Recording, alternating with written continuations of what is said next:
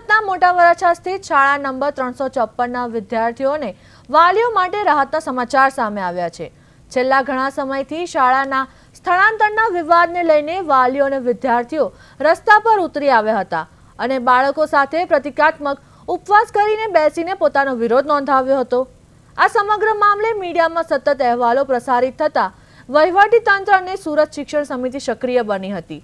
શાળા પ્રશાસનના અચાનક લેવાયેલા નિર્ણયથી છેલ્લા 5 વર્ષથી અહીં ભણી રહેલા આશરે 320 વિદ્યાર્થીઓનું ભવિષ્ય જોખમમાં મુકાયું હતું, પરંતુ આજે શિક્ષણ સમિતિએ વિવાદાસ્પદ ઠરાવને સત્તાવાર રદ કરી દીધો છે।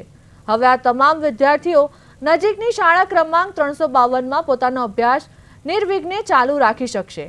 વાલીઓએ આ નિર્ણયનું સ્વાગત કર્યું છે અને વિદ્યાર્થીઓમાં પણ ફરી એકવાર શાળાએ જવાનો ઉત્સાહ જોવા મળી રહ્યો છે।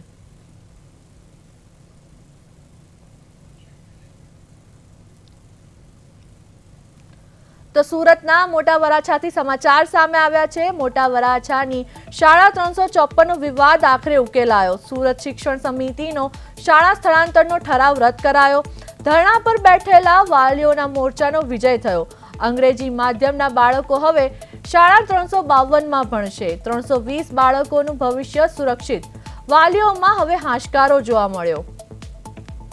તો બાળકો સાથે ઉપવાસ પર ઉતરેલા વાલીઓની જીત, શાળા સ્થળાંતરના અચાનક લીધેલા નિર્ણયનો વિરોધ। 5 વર્ષથી ભણતા વિદ્યાર્થીઓનો અભ્યાસ હવે ચાલુ રહેશે।